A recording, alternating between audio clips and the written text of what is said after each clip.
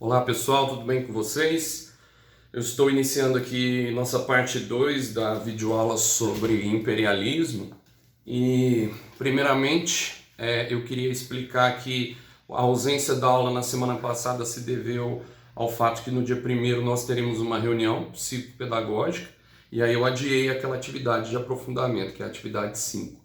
E antes de começar a aula, eu queria pedir para vocês, eu vou criar um cantinho lá na nossa sala de aula de feedback, um canto para vocês manifestarem a opinião de vocês sobre as minhas aulas, sobre os conteúdos. Então é um espaço de livre manifestação de vocês. Eu quero que vocês entendam que, respeitosamente, qualquer um pode falar o que quiser, tá? Se tá legal, se não tá, se tá funcionando, se não tá. Então eu queria que vocês se manifestassem. Eu vou abrir um canto, tá? Um cantinho do feedback, para que vocês se manifestem.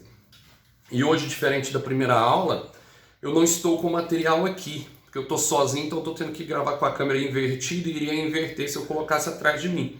Então eu queria que vocês pegassem do material de imperialismo e abrissem ele na segunda parte dos nossos slides, que é o domínio europeu sobre a Ásia. É isso que a gente vai se concentrar nessa videoaula, tá? Então dá uma pause, se você não tiver com material, vai lá, pega o material, coloca na sua frente, tá? E aí vai me escutando, vai me vendo e a gente vai fazendo essa análise, tá? E eu dei o título da aula: Domínio Europeu sobre a Ásia, Expansão e Resistências.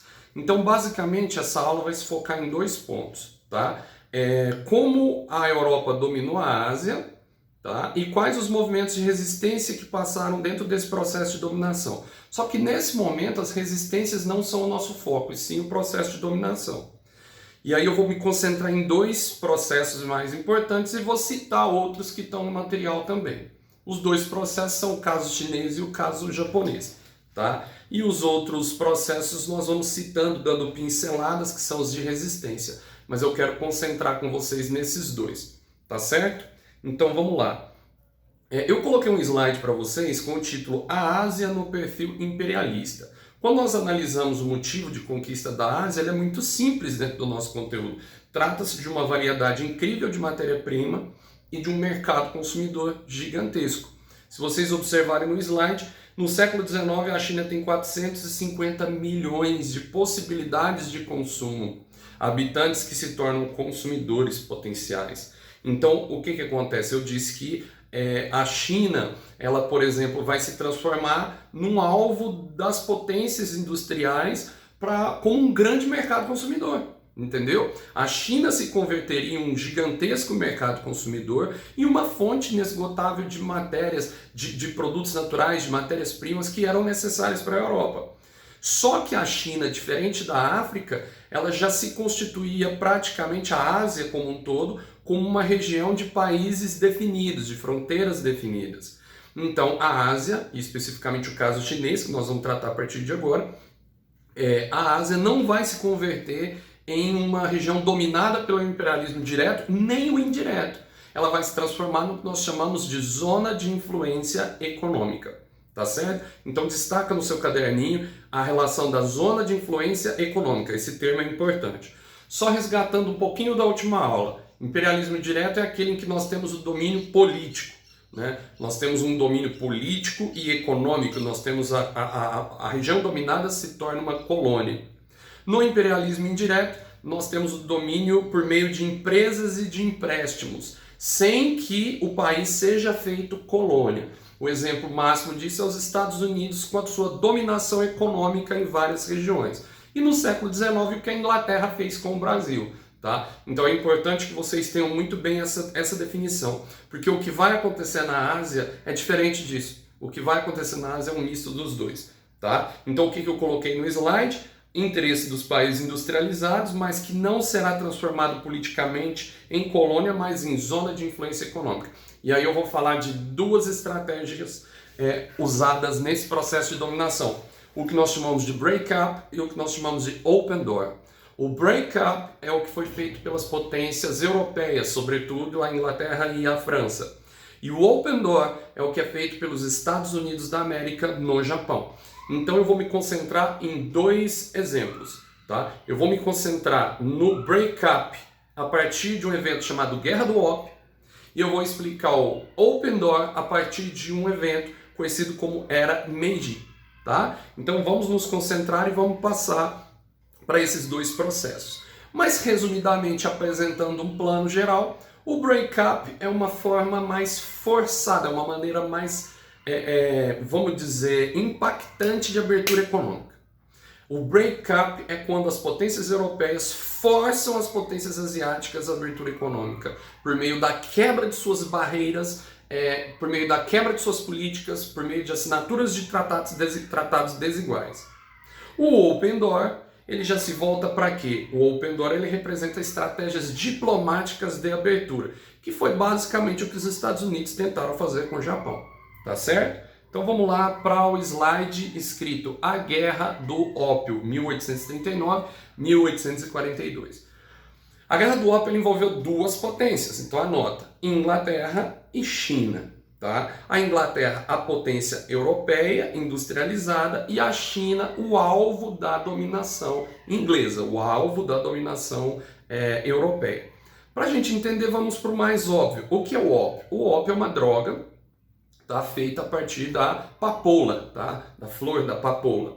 E o ópio ele era extremamente consumido no século XIX, era consumido na Europa, mas vai ser levado para a China, para ser consumido na China. O mercado chinês para essa droga era muito grande, tá? Então o ópio ele tinha uma grande entrada nesse mercado chinês. Adivinha qual é a potência europeia que vai disponibilizar essa droga para os chineses? Acertou quem disse: Inglaterra.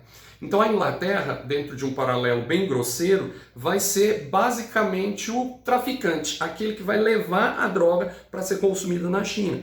E aquela potência que tem interesse de que os chineses consumam cada vez mais a droga. Então os ingleses eles vão tentar fazer com que o produto entre mais na China. Mas os ingleses eles são preocupados só com a droga? Eles são preocupados só com o ópio? Não. A entrada do ópio no território chinês fazia com que outros produtos ingleses também progressivamente entrassem no território asiático e o mercado consumidor fosse ampliado na região chinesa. Daí o interesse da venda do ópio, da entrada para o ópio. Tá? Então, basicamente, o que vai acontecer é que essa droga ela vai ser tão consumida pelos chineses, alguns historiadores inclusive falam que os ingleses forçavam os chineses a usar a droga para aumentar o mercado dela, mas ela vai ser tão consumida que ela vai se tornar um problema para a China. Então o governo chinês, que era a dinastia Manchu, tá? A dinastia Manchu, o governo da China nesse momento, vai tomar uma medida para combater o ópio, que é um problema de saúde. E essa medida basicamente vai ser confiscar as caixas de ópio dos navios que transitavam com ópio, tá? E destruir essas caixas em praça pública. E, no segundo momento, expulsar aqueles que estavam entrando e saindo com ópio, que eram quem? Os chineses. Então vejam só, se a gente analisar friamente, vamos esquecer da história e analisar o fato. Um problema de saúde pública tem que ser combatido pelo Estado. O Estado ele tem direito de pegar esse produto e destruir, porque ele está causando um problema. Correto? Sim, se a gente não jogar no plano histórico. Porque no plano histórico eu tenho uma potência industrial imperialista que tem interesse de entrar na China. E foi essa potência que teve o seu comércio prejudicado pela ação chinesa.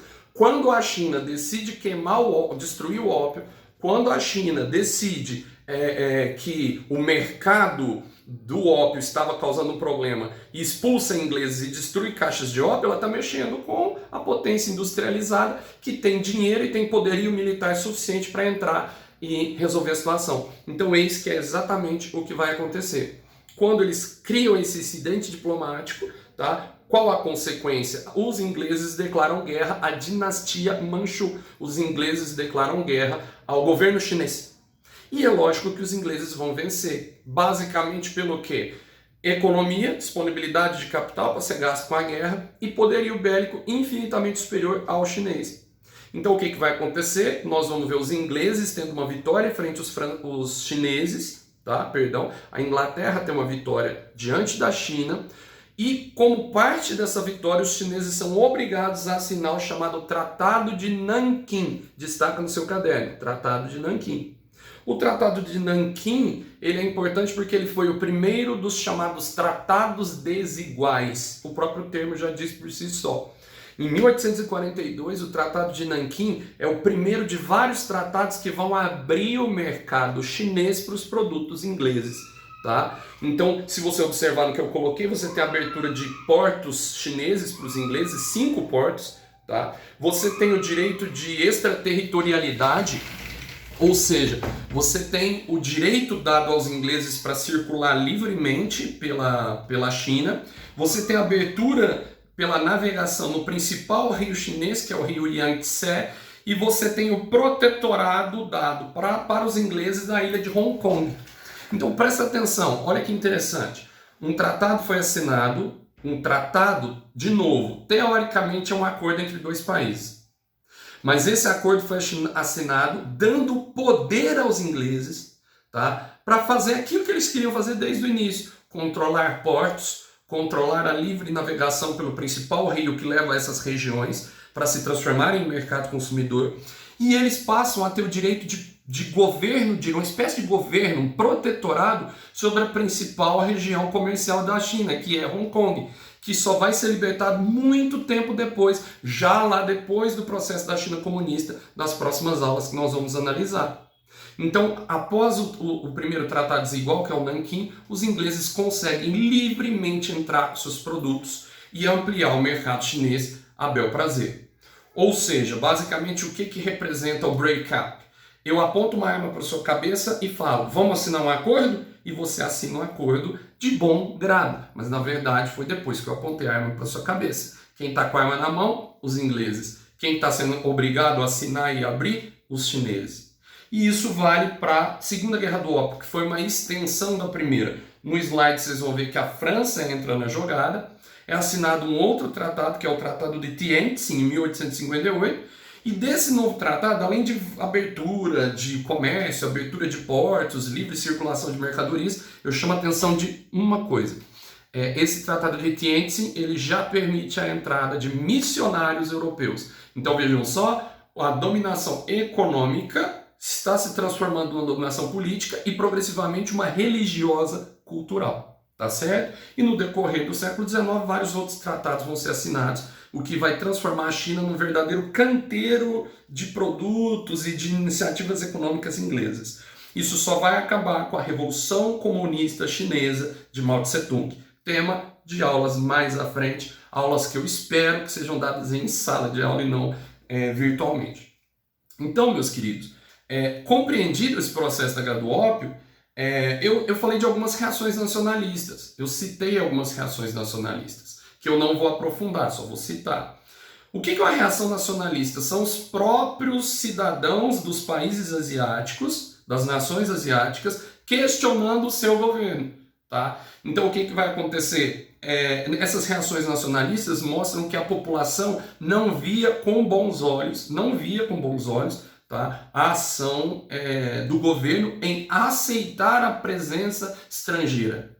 Os chineses não viram de bom grado a presença britânica por meio de um acordo assinado pelo próprio país, pelo próprio governo. Então a dinastia Manchu, aquele governo chinês que eu citei, vai começar a ser atacado, tá, por movimentos dentro do seu próprio país. E aí eu citei para vocês a revolta de Taiping, dá uma olhada nisso, que ocorre em 1851 até 1864, a revolta longa, que tem, gente, mais de 20 milhões de mortos. Revolta de Taiping nada mais foi do que um movimento de caráter popular, campesino, messiânico contra o governo e a favor de alguns elementos interessantes de dizer agora. Começa a surgir justiça social como luta, reforma agrária como luta, redistribuição de riqueza como luta, ou seja, as sementes da Revolução Comunista lá da frente, elas começam a ser plantadas nesse momento. Tá? E aí eu coloquei, né, que logicamente os movimentos vão ser massacrados pela China, com a ajuda exatamente de quem? Da Inglaterra, com a ajuda das potências dominadoras que esmagam esses movimentos organizados. Então eu citei a revolta de Taiping, eu citei a revolta dos Boxers, que ocorre em 1901, que já começa a ser um pouco mais agressiva. Na revolta dos Boxers, né, os punhos da justiça e da concórdia começam a defender ataque a missionários, ataque a legiões europeias, e praticando, por meio disso, sequestros, né, atentados terroristas. Então os movimentos eles variam de movimentos mais neutros, de característica religiosa, e movimentos mais xenofóbicos, mais agressivos. Isso é resultado do quê? Resultado da presença britânica ali. E eu citei também, bem rapidinho, porque eu vou aprofundar isso depois, o imperialismo na Índia, por meio da revolta dos cipaios. Você vai dar uma lida nisso, na revolta dos cipaios, que eram tropas nativas dominadas, tá? Mas eu coloquei aqui justamente para mostrar a passagem do imperialismo indireto para o direto. Na revolta dos cipaios, olha o que eu destaquei no slide de vocês. Ó. Existia uma atuação comercial, que era da East India Company, lá na Índia, ou seja, uma companhia inglesa atuava na Índia, correto? E o monopólio britânico, então só ela que vendia no território indiano. Então esse domínio ele era feito por meio de uma espécie de dominação econômica, mas de um governo geral britânico. Então o que vai acontecer? Esse processo ele vai ocorrendo até que se tenha uma revolta, que são as tropas nativas. Após essa revolta, nós vamos ter uma concretização da vitória britânica, desse domínio britânico ali, e a Índia vai ser feita um vice-reino britânico. Ou seja, tinha-se uma exploração econômica, essa exploração econômica ela é afetada por uma revolta de tropas nativas, essa revolta ela é esmagada e ao fim a Índia vira vice-reino da Inglaterra. Virando vice-reino se torna praticamente uma dominação direta. Tá vendo que essas construções de zonas de influência econômica elas são complexas. Ora elas são indiretas, ora elas são diretas. Mas é importante entender essa presença britânica como vice-reino. Isso vai acontecer até a atuação do que nós chamamos de um grande líder chamado Mahatma Gandhi, que também vai acontecer lá na frente, depois da Segunda Guerra Mundial, na chamada descolonização afro-asiática. Tá? E por fim eu trouxe aqui a Era Meiji. Tá? A Era Meiji como um exemplo um pouco diferenciado do processo imperialista, tá? Que eu vou colocar para vocês na continuação dessa videoaula para não ficar muito grande e não sobrecarregar os arquivos na hora de carregar na sala de aula. Tá? Então bebe a sua aguinha aí que a gente já retorna com a Era Meiji.